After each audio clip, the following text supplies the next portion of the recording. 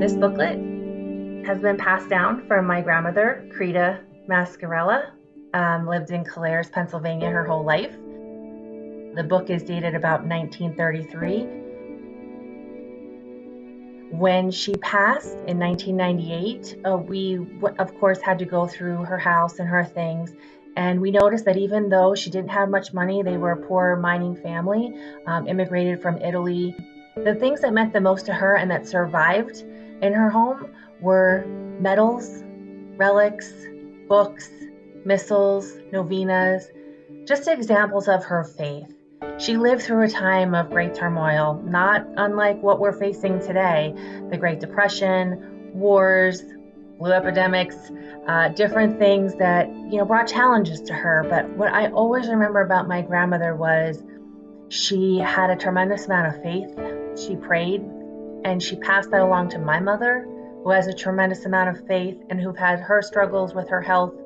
Starting back when she was a little child, she had an appendicitis that burst. She went to St. Joseph's Hospital in Hazleton, Pennsylvania, and she received a relic. And that relic we thought was lost for a long time, but my grandmother kept it safe in her jewelry box, and we found it many years later. So we've reached out and used many different prayers and novenas of faith over the years to help my family and help us get through our struggles.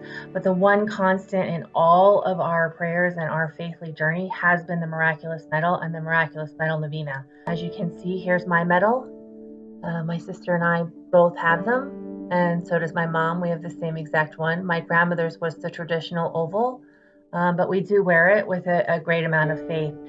I do pray the novena quite often to help me get through it. And I will say this, I can't sit here and say that I've always had the strongest faith and I've always been as close as I wanted to be to the Blessed Mother and the church itself.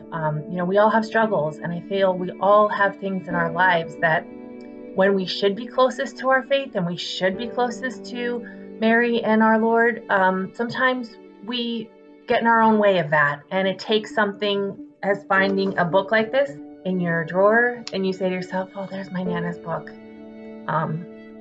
Let me take comfort in the prayer. Let me read it like she did. Let me have faith like she did, and my mom as well.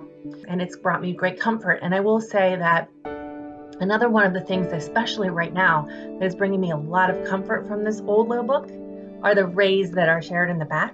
This was copyrighted around 1930s. So a lot of the stories are about getting through the Great Depression, getting through a lot of hardships. And it's so comforting to hear and read that, to know that you're not alone, that if you put your faith in the Blessed Mother and you pray to her and you gain strength from the words in the novena and her words coming back to you through your heart, you can get through anything.